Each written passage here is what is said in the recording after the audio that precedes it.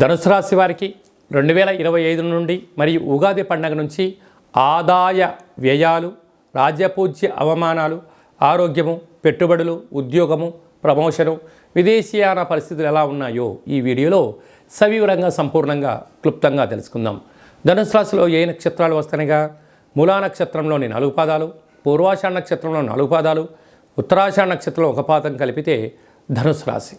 చాలామందికి పుట్టినటువంటి కాల సమయంలో డేటా బర్త్లు లేనటువంటి కారణం వలన పేరు యొక్క మొదటి అక్షరాన్ని అనుసరిస్తూ రాశిని తెలుసుకునే ప్రయత్నం చేద్దాం. ఏ, యో, బా, బి, బు, ధ, బా, డ, బే అక్షరాల వారందరూ కూడా ధనుసు రాశి జాతకులే. ధనుసు రాశి యొక్క అధిపతి దేవగురు బృహస్పతి.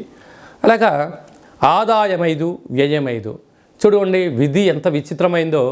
ఎంతైతే మీకు అవసరం ఉందో అంతే మీరు సంపాదించబోతున్నారు. ఎంతైతే ఖర్చులు ఉన్నాయో అంతే మీ యొక్క ఆలోచన ఉంటుంది.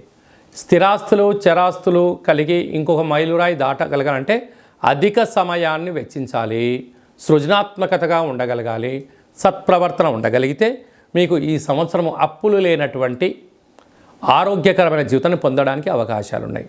అలాగనే రాజ్యపూజ్యం ఒకటి, అవమానం 5. ఇదొక్కటి చాలు మిమ్మల్ని తొక్కేయడానికి.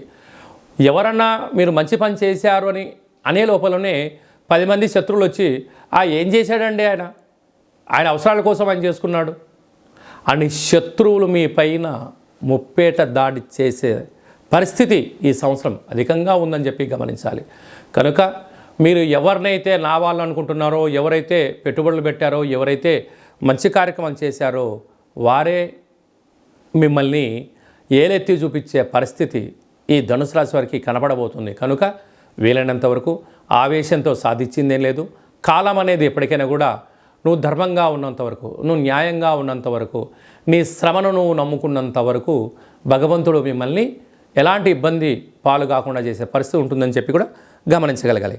అలాగనే మూలా నక్షత్ర జాతకులకు 2025 ఆగస్టు నుండి 2026 ఏప్రిల్ వరకు మధ్య 0, చివరి 0 కారణం వలన అనారోగ్యము, ఆర్థిక ఇబ్బందులు, పోలీస్ స్టేషన్లు, గొడవలు, కారాగారము, అనేక రకాల సమస్యలతో కొట్టిమిట్టాడే పరిస్థితి అధికంగా ఉంటుందని చెప్పి కూడా గమనించాలి.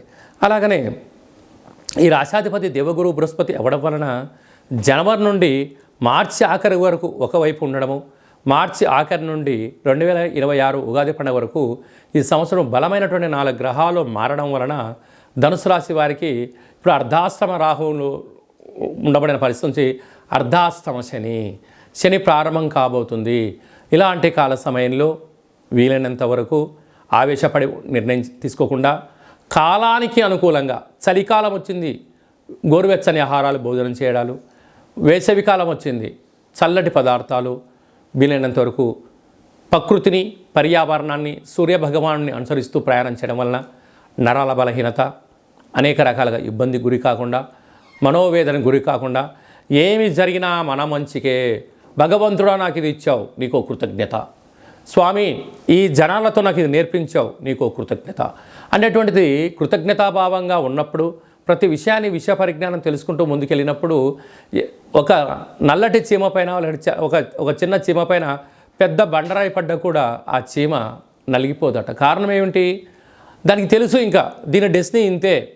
నేను ఆలోచించినా బండరాయి వచ్చి పడుతుంది, ఆలోచించకపోయినా బండరాయి వచ్చి పడుతుంది అన్న మనోధైర్యం ఉన్నప్పుడు ఆకాశం వచ్చి నీ మీద పడ్డా ఆదుర్ద చెందని వాడికే అద్భుతమైన విజయం, ధైర్యే సాహసే లక్ష్మీ గణపతి అంటాం.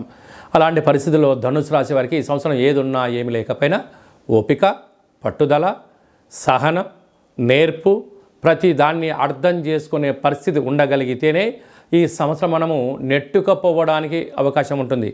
లేదా ప్రతి చిన్న విషయాన్ని భూతద్దంలో పెట్టడం చూడడం ప్రారంభించావా, నీ మనసే నీకు శత్రువు, నీ నాలికే నీకు శత్రువు, నీ ఆలోచనే నీ శత్రువు. ఎందుకనగా ధనుసు రాశి వారికి శత్రువులు ఎక్కడ ఉండరు, తన బాడీలోనే ఉంటారు.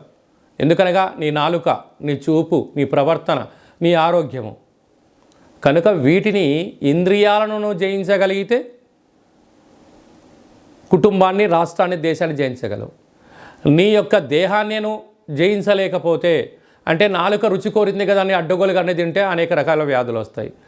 ప్రతిదీ కనిపించిందల్లా చూస్తూ ఉంటే నేత్రాలు అనేక రకాల, అంటే సెల్ ఫోన్లు అధికంగా చూడడం వలన చేయడం వలన నోటికి వచ్చిందల్లా నేను మాట్లాడతాను అంటే నేచర్ ఒప్పుకోదు. కనుక ఏమి జరిగినా మన మంచి కోసమే అని చెప్పి ఓర్పు సహనమే మీ పెట్టుబడులుగా భావించండి. ఈ సంవత్సరాన్ని గడ్డు కాలాన్ని నెట్టుకు వెళ్ళండి. ఇలాంటి కాల సమయంలో మీ జన్మ నక్షత్రం రోజున అష్టమి, పూర్ణిమ, అమావాస్య తిథులు ఎందున ఆవేశపడి నిర్ణయాలు తీసుకోవడం, రాతకోతలు, క్రయ విక్రయాలు, జలగండాలు పొంచి ఉన్నాయి. తస్మాత్ జాగ్రత్త. ఇలాంటి కాల సమయంలో గోవుకు ఆహారం, పక్షులకు ఆహారం, కుక్కలకు ఆహారం, సత్కార్యక్రమంలో పాల్గొనడం, ప్రతిరోజు మహాదేవుని దర్శించడం, సూర్య నమస్కారాలు చేయడం, సూర్య ఆసనాలు ఎప్పుడైతే చేస్తారో ధనుసు రాశి వారికి మంచి కాలం ఉందని చెప్పి కూడా గమనించాలి.